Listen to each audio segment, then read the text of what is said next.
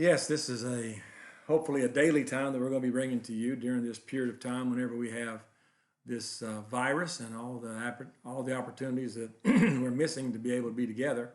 And so it's just sort of a way for us to stay in touch with our fellowship and membership here of our church. And I want to try to do this on a daily basis. Basically, this is the devotions that I would send to you or you would get on Sunday morning in the bulletin.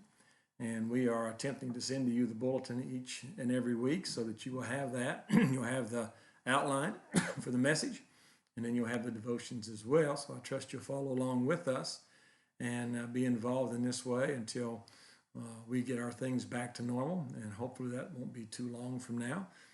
And so today I want to just share with you that you can go to the website and be able to see this, waysidechapelbucyrus.com. But the devotional for the day the question was, how do we keep ourselves under control of the Spirit of God? In 1 Corinthians chapter 9, verse 24 through 27, we find that Paul is writing and he makes these statements. He says, "Know ye not that they which run in a race run all, but one receiveth the prize? So run, that ye may obtain. And every man that striveth for the mastery is temperate in all things. Now they do it to obtain a corruptible crown, but we an incorruptible. I therefore so run, not as uncertain, so fight I, not as one that beateth the air, but I keep under my body and bring to subjection, lest by any means, when I have preached to others, I myself should be a castaway." Paul is ending this section with this reminder to himself and to the ones that he's writing to, and he says that he compares the gospel and the responsibility that he has to a race. And when somebody is running a race, he says that they have to strive, and they cannot do this. It takes a lot of energy, it takes a lot of training. And so we find that he is involved in that training process, or he says that those who are involved in this training process spend a lot of energy, spend a lot of their time doing this.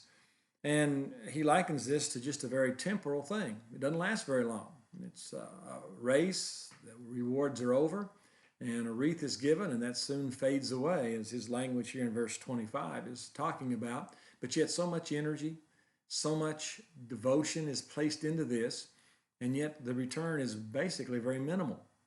And then he likens his life to the life that God has given him, or Jesus Christ gave to him on the road to Damascus, whenever he called into the ministry.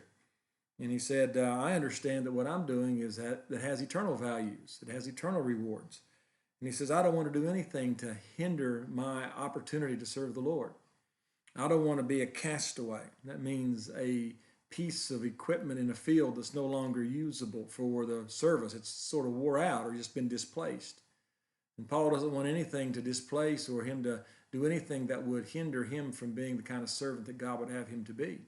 So his life is filled with self-control and looking towards that time whenever God saved him, but then he understands that he's in a race, he's in a fight. This is something that God has commissioned him to do, and he doesn't want to do anything to hinder that commission.